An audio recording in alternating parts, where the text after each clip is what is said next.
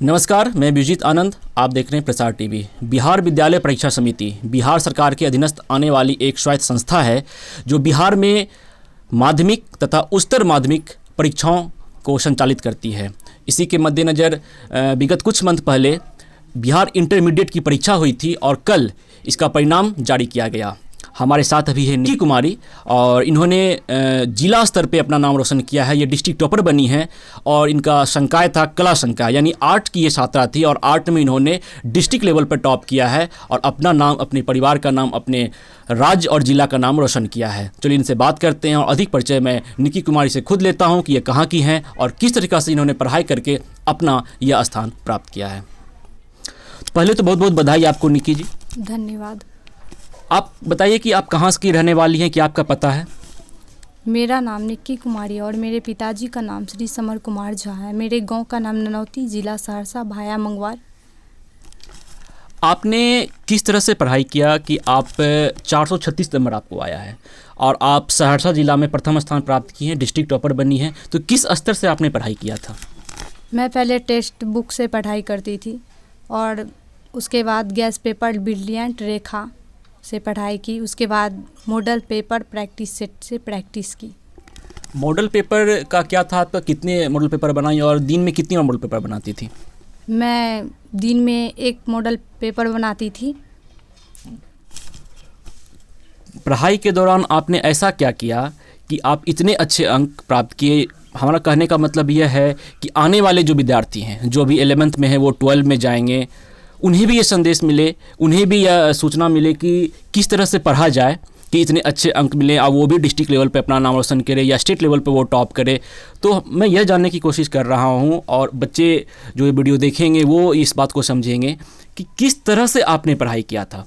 आपने model paper बनाया तो दिन में कितनी बार मॉडल पेपर बनाती थी, किस तरह के मॉडल पेपर बनाती थी, या आप जो आपका सब्जेक्ट जो था, आप सब्जेक्ट जो विषय था आपका, उस विषय को आप किस तरह से पढ़ती थी, यानी थ्रू आउट पढ़ती थी, प्रैक्टिकल क्या था, तो डिटेल्स में बताएंगी।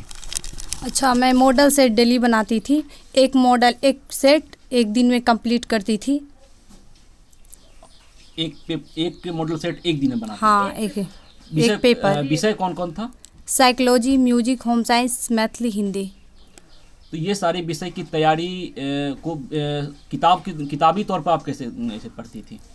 हम थ्योरी पढ़ती थी। हाँ। अच्छा, जब आप परीक्षा देने गई थी, हाँ, ठीक है, तो परीक्षा में आपका क्या था कि आप सारे क्वेश्चन बनाना है? हाँ। या जो आता है वही बनाना है? क्या किस तरह से आपने क्वेश्चन बनाया था? मेरा थॉट था कि जितना क्वेश्चन पूछा गया है और मुझको जो क्वेश्चन आता है मैं वो बना के आऊँ, क्वेश्चन को छोड़ूँ नहीं। तो क्या आपने सभी विषय में सभी क्वेश्चन को अटेम्प्ट किया था? हाँ। एक भी क्वेश्चन छोड़ा नहीं था? नहीं। आगे आपका क्या करने का इरादा है? आगे आप क्या करना चाहती हैं? मैं आगे भारतीय प्रशासनिक सेवा में जाना चाहती हूँ। इसके लिए आप घर से मदद मिलेगी? नहीं। तो आप किस स्तर पे बोल सकते हैं कि आप भारतीय प्रशासनिक सेवा में जाना चाहेंगे? क्योंकि आगे की पढ़ाई करना हो या आगे की कंपटीशन का प्रिपरेशन करना हो, इसमें आर्थिक रूप से भी मदद की ज़रूरत होती है। तो आप फिर आगे क्या ऐसा सोची हैं या क्या करना चाहेंगे? मैं सरकार से निवेदन करती हूँ कि मैं एक गरीब परिवार की हूँ और सरकार मेरी मदद करे। पिताजी क्या करते हैं आपके? मेरे पिताजी दिल्ली में पार्किंग में रहते हैं। तो आप देख सकते हैं कि एक गरीब परिवार की बच्ची है और यही इसका घर है। ननौती एक छोटा सा गांव है और इस गांव में रहकर इस बच्ची ने अपनी प्रारंभिक शिक्षा भी की और इंटरमीडिएट में जिसमें इन्होंने बिहार स्तर पे अपना नाम रोशन किया, जिला टॉपर बनी। ये सहरसा जिला की प्रथम रैंकर है यह। तो एक छोटे से गांव में, एक छोटे से घर में रह कर ये बच्ची पढ़ाई की है। तो आर्थिक स्थिति से देखा जाए तो इसका परिवार बहुत सक्षम नहीं है कि आगे की पढ़ाई हो सके। तो ये सरकार से निवेदन करती है कि ये इसे कुछ आर्थिक मदद की जाए और सरकार का जो भी प्रावधान हो वो हो ताकि यह आगे की पढ़ाई जारी रख सके। और सच्चाई यह भी है कि जो प्रारंभिक स्तर की शिक्षा है बिहार में, चाहे वो प्राथमिक हो, माध्यमिक हो या उच्चतर माध्यमिक ही क्यों ना हो, बहुत ही दयनीय स्थिति है बिहार की।